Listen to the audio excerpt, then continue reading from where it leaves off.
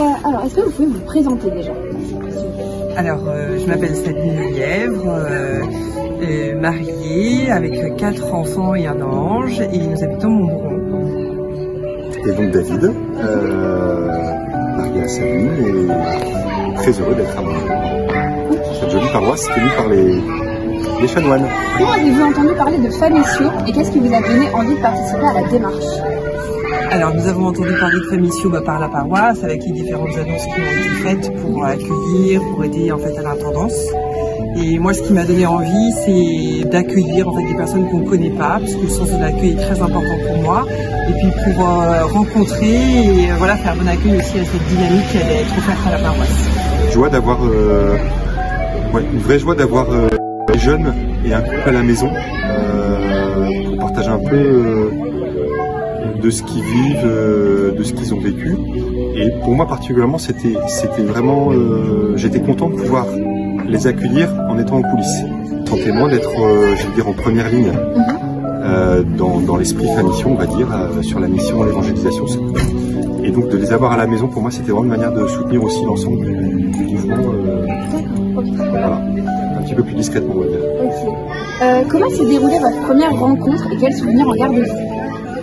Moi, beaucoup d'excitation et de joie à l'idée d'accueillir toute cette petite troupe. Voilà. Et puis moi, c'était effectivement à l'apéro partagé qui était proposé par la paroisse le samedi soir. Et c'était super parce qu'il y avait une effervescence absolument géniale. Une ambiance très familiale surtout, moi, c'était ça que je voyais.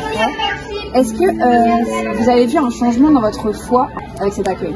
Moi je parle pour moi, oui. Clairement au début j'étais assez frileux et intérieurement ça m'a beaucoup fait évoluer sur aussi ma propre foi, de me dire ben voilà, David, t'en es où ton baptême, quoi, ton propre baptême, de revivre la veillée sur l'au-delà. C'était vraiment un retour aussi à l'essence de ma foi et de me dire bah ouais, vas-y, bouge-toi dans ta foi, quoi.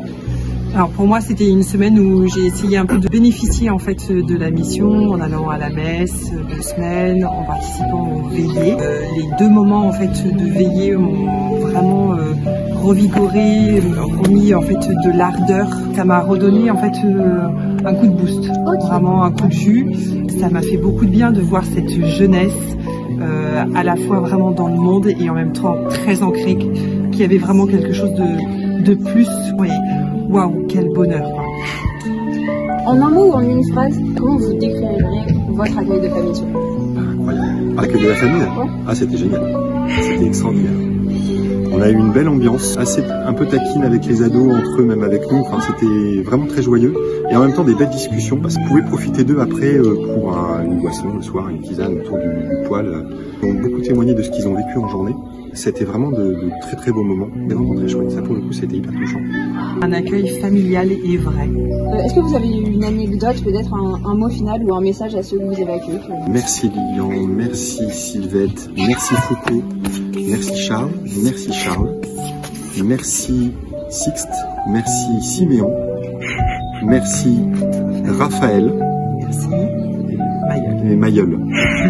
Voilà, que je n'en oublie aucun. Et vous avez été absolument géniaux. Et vous nous avez touché du fond du cœur. Voilà. Ce que j'ai aimé, c'est que je les voyais pas le matin. Du coup, souvent, je leur laissais des petits mots.